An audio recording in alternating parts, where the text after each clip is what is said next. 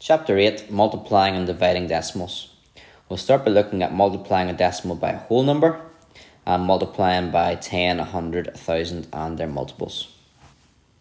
So pause the video and have a go at examples 16 and 17. Example 16, here we're multiplying by a whole number. So you can just write out the multiplication like you did at the start of the year. Just write the first number down and times by 3 below it. 9 times 3 is 27. The difference now becoming that we've got this decimal point here, so the decimal point will have to be included in this position in the answer.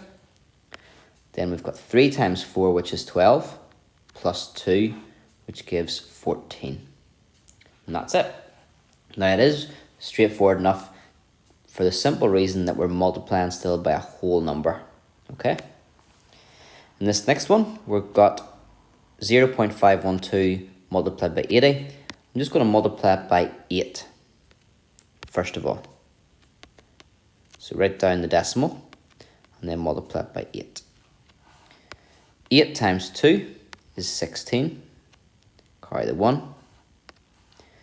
8 times 1 is 8, plus 1 is 9.